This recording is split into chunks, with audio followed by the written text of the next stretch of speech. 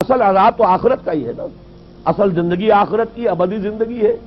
یہاں تو کیا ہے، قوم نوح ڈوب گئی، ختم ہو گئی، 2-4 ڈبکیاں دی ہوں گی ہر آدمی نے، جان نکل گئی، عذاب کیا آیا؟ اصل عذاب تو وہاں ہے جو آخرت کا ہوگا۔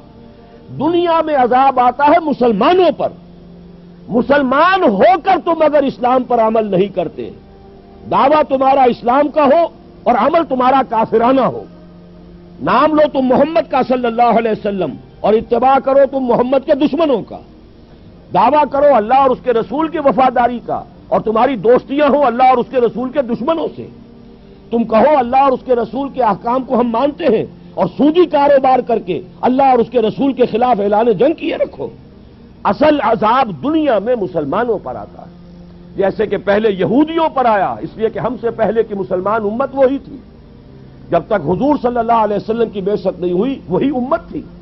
موسیٰ کے ماننے والے، تورات کے ماننے والے یہودی، یہ امت مسلمہ تھی، لیکن ان پر کیسے کیسے عذاب آئے۔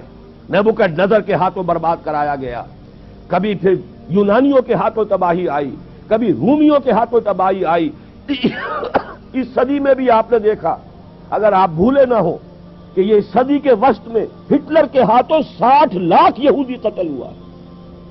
یہ کون ہے؟ اللہ کو بھی مانتے ہیں، حضرت موسیٰ کو بھی مانتے ہیں، تورات کو بھی مانتے ہیں، وہ تو مدعی ہیں اللہ اور اس کے رسول کے ماننے والے، لیکن یہ کہ ان پر جو عذاب آئے وہ آپ کے سامنے ہے۔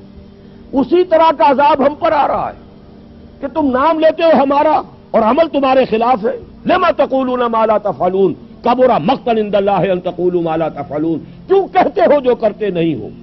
اللہ کے غضب کو اور اللہ کے غیظ کو اور غصے کو بھڑکانے والی ہے یہ بات کہ تم کہو جو کرتے نہیں۔ یہ ہے اصل سبب، اصل مجرم ہم ہیں، ہم دوہرے مجرم ہیں۔ ان کا جرم ایک ہے، انہوں نے انکار کر دیا، چھٹی ہوئی۔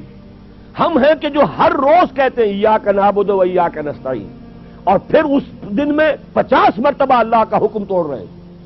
پوری زندگی ہماری گزر رہی ہے، 5 وقتہ نمازی زیادہ بڑا مجرم ہے اس وقت، اس لیے کہ وہ 23-24 مرتبہ، 25 مرتبہ، 27 مرتبہ دہراتا ہے ایاک نعبد و ایاک نستعین، اور پھر باہر نکل کر جو کام کرتا ہے وہ اس کے خلاف ہے۔ یہ ہے اصل میں سبب، اور یہ جان لیجئے جو عذاب ہم پر آ رہا ہے اللہ کا، وہ اس وجہ سے آ رہا ہے۔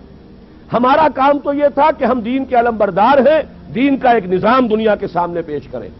ابھی بڑا اچھا لفظ استعمال کیا ہے توکل صاحب نے، ماڈل دو نا، ایک انفرادی ماڈل ہوتا ہے۔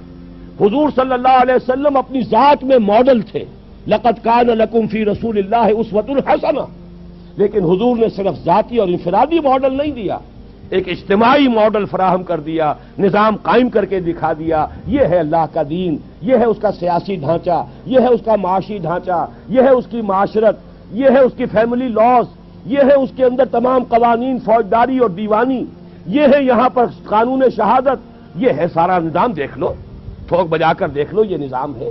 جب تک وہ ماڈل مسلمان قائم نہیں کریں گے، یہی عذاب کے کوڑے برستے رہیں گے، سخت سے سخت تر عذاب آئے گا۔